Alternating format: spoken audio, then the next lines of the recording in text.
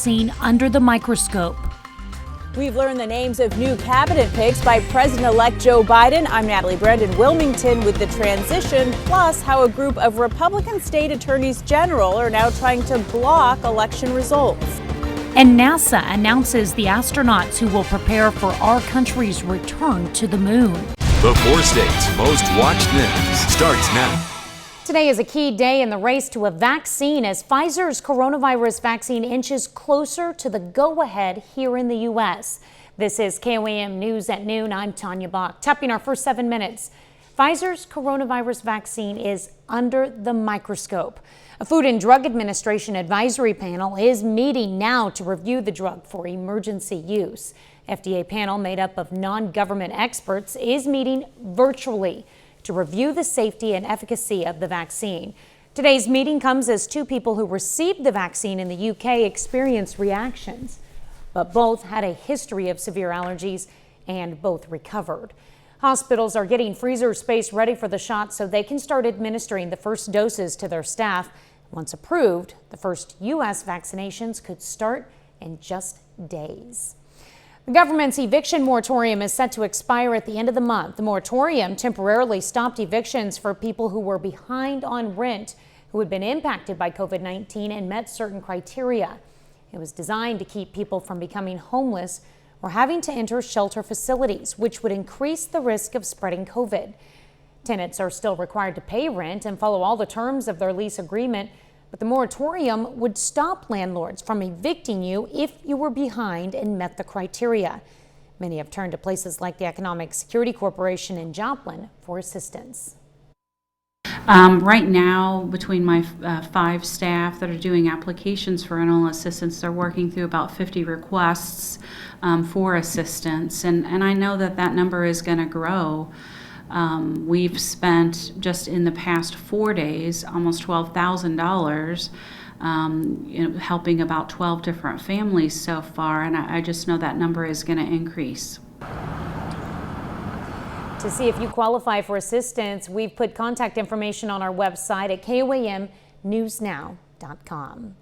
Well, our heaters will definitely be getting another break today. But not for long. Michael Hayslip joins us with a first look at what's to come. It's almost like it's a perfect Thursday to bust out the old summertime lemonade, and then by the time we get to this weekend, we're going to be making hot ham and cheese. Skywatch storm tracker clear as a bell, except off to our west where we're monitoring a low pressure system that has now moved through portions of New Mexico. That may seem like a long way off, but that's what's headed our way. But before we get there, we're going to be talking about possible record highs for December 10th from the Freeman Health System sky camera. Already shooting up to 71 degrees. Magic number at Joplin Regional Airport is going to be 74. If we can get those, we'll tie a record from 1996. Whole bunch of 70s already on the board. Miami at 70, Carthage at 71, dip into southeast Kansas, where it was a little cooler this morning compared to southwest Missouri. Still sitting mid 60s for the most part, but our average high this time of year would be 48. That's really hard to complain about. Now look at the right-hand side of the weather trend. Okay, not only some glowing cloud cover, but what do we have upon us? Well, it's going to be right here in time for the kids to leave for school and all of us to leave for work. As it works in from the west, we'll see some north-south bands there of some heavy rain as it rolls through. We'll be able to avoid the wintry precip, even if we do see any fall to the northwest. Our ground's way too warm to support any accumulation. And while we're not looking at anything severe rain-wise, Tanya, the big factor is what happens to the temperatures. Only a high of 54 on Friday and then high 30s here on Saturday and Sunday. So while we prepare for that, why don't we go ahead and break down, number one, how close we got yesterday, how close we are today, and then we can talk about the precip that's headed our way here in a bit. All right. I don't know. Some of us prefer the hot ham and cheese when it's cold or hot, I guess. You know what they say from Tennessee Williams, some like it hot. There you go. Some do not. All right, thanks, Michael. President-elect Joe Biden's son, Hunter Biden, says the U.S. attorney in Delaware is investigating his tax records. Hunter was a frequent target of President Trump and his allies during the presidential election. Natalie Brand has the latest from Wilmington, Delaware. Sources tell CBS News the tax investigation of the president-elect's youngest son began in 2018. A person with knowledge of the matter told the Associated Press at least some of the focus was on Hunter Biden's past work in China. He said in a statement he just learned of the probe Tuesday and that it will show he acted, quote, legally and appropriately. President-elect Biden's transition team is scheduled to meet with the head of Operation Warp Speed today to discuss COVID vaccine efforts as he continues to build out his administration. CBS News has confirmed Mr. Biden plans to nominate Katherine Tai to serve as U.S. Trade Representative and Dennis McDonough to lead the Department of Veterans Affairs. Just yesterday, the president-elect introduced his historic pick for Defense Secretary, retired Army General Lloyd Austin. Austin says he understands concerns from some lawmakers who say he has not been out of the Army long enough. I recognize that being a member of the president's cabinet requires a different perspective and unique responsibilities from a career in uniform. From the White House, President Trump tweeted this morning, in part, the Supreme Court has a chance to save our country from, quote, the greatest election abuse in the history of the United States. On Wednesday, 17 Republican attorneys general backed a Texas lawsuit aimed at blocking electoral college votes in some battleground states. 11 of those state AGs are scheduled to have lunch with the president today. Natalie Brand, CBS News, Wilmington, Delaware. President-elect Biden has also tapped Susan Rice to run his Domestic Policy Council. That's a look at today's top stories and weather in our first 7 minutes. Up next on KOAM News at noon, the list narrows for who will become the first woman to walk on the moon as NASA selects astronauts for its Artemis program. And later, a recipe that's so melt in your mouth good, you'll never buy store-bought donuts again. NASA has selected 18 astronauts for a program that could establish a sustainable presence on the moon and prepare for future trips to Mars. Vice President Mike Pence revealed the list of new astronauts for the Artemis program yesterday at the Kennedy Space Center. He said the first woman to walk on the moon will come from this group. Mark Strassman looks at the candidates for NASA's first lunar mission since 1972. Jessica Watkins. Make way, Apollo era. In 2020, this is what the right stuff looks like. The Artemis Generation. NASA's 18 Artemis astronauts range in age from 32 to 55. They include flight test pilots, geologists, and a former Navy SEAL. Half have never been to space. Half are women. And NASA intends for one of them to become a space first. I'm either going to walk on the moon or one of my friends is going to walk on the moon. And both of those scenarios are beyond my wildest dreams when I was a kid. It really just took my breath away.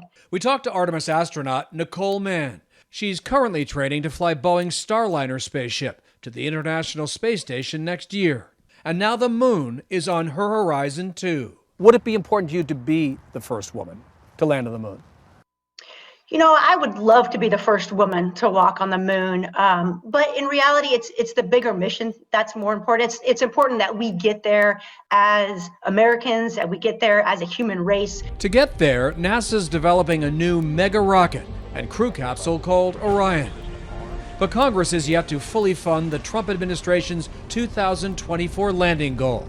And the incoming Biden administration has to agree with these excited Artemis astronauts that this moon mission matters. One of the important things for a huge program and a huge endeavor like this is to have that continuity across administrations.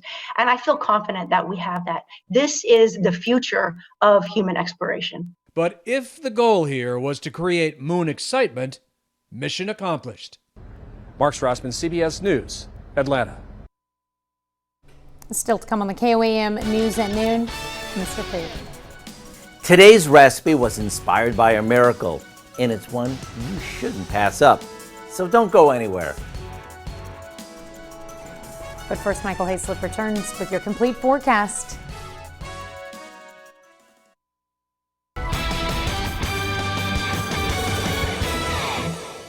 Humanize the show a little bit. You ever have one of those instances where words leave your mouth and you immediately go, "No, come back, words!" As soon as Some Like It Hot earlier, I went, that was Billy Wilder. Cat on a Hot Tin Roof is what I was searching for with Tennessee Williams. So for those of you that want to bombard me on Facebook, you have every right to, because as soon as it came out of my mouth, it just wasn't going in the right direction. I have a Hollywood elitist actually in here in studio who helped me out. Not at all during that. All right, so let's talk about the heat. With our December record challenge, what we've done is come up with 5 specific locations here. Here's where we ended up yesterday. We got second all-time in Pittsburgh and Chanute. Chanute just missed it by 1 degree, and those are the records that we were looking at for December the 9th. So now we turn our attention to today. 74 in Joplin, 75 in Miami. That's going to be relatively hard to hit, even though it's going to be abnormally warm for this time of year. That's asking for a lot to get into the mid-70s. But I'll tell you what, Pittsburgh, Chanute, that's reachable right there from 93 and 39.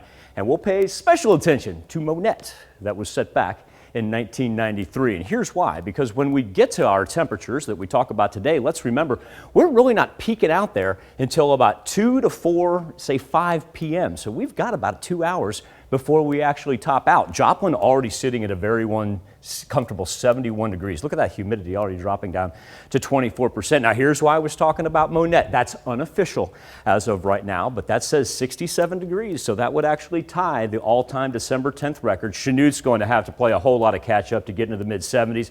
Miami already at 70, Joplin 71. And Pittsburgh's going to need an additional 4 degrees. So once again, while we may not break any records, we're certainly challenging them for this time of year. Because the real interesting thing is when we're talking about high 60s, low 70s, our average high should only be about 48. Now we're going to get a taste of that here, a taste of December, a taste of winter by the time we truly step into the weekend. Gorgeous looking Skywatch storm tracker for the most part. But you see the color contour right there with the much colder temperatures? Well, here's what's happening. This low pressure system that was originally sitting over the 4 corners, this thing is on the move. And in the words of Uncle Jimbo, it is coming right for us. We've seen this thing expand through portions of Colorado, New Mexico, Arizona, and then make its way through the panhandles. And it's taking a very consistent west to east approach. And what that'll do is bring that precipitation up from the southwest toward us just in time for tomorrow morning.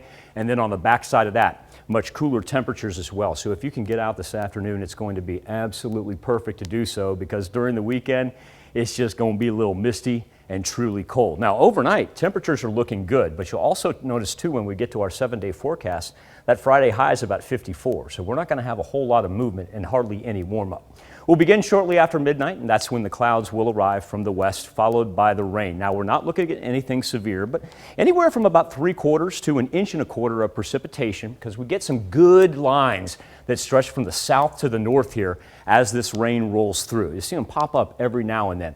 Now remember, any of this wintry precip that should clip our far northwest counties, because of our abnormally warm temperatures on Wednesday and Thursday, the ground's not going to be able to support it sticking around, and certainly no accumulation. But there we are down into the 30s on Saturday, and it's not a one-shot cold front, because we're going to have to ride that with overnight lows way below freezing here all during the weekend. Now we do get back to some normalized temperatures, say through the middle of next week.